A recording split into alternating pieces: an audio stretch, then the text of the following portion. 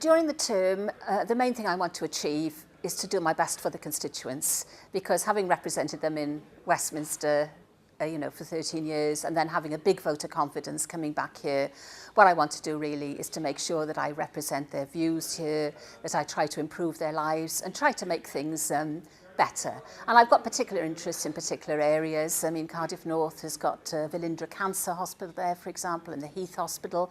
I'd like to see a lot of development in cancer research. I chair the cross-party group on cancer, and I'd like to see things improve with that.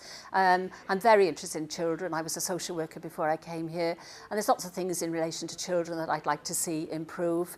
But I generally see it as, it's an opportunity to try to improve people's lives, to speak up for them here, to speak up for disadvantaged people. I've always seen my role as a politician to be there for the have-nots and to, and to raise these issues. And there's lots of policy issues I'm interested in that I'd like to see develop. And I'd like to see the Assembly develop its powers, which, we've seen a big leap forward.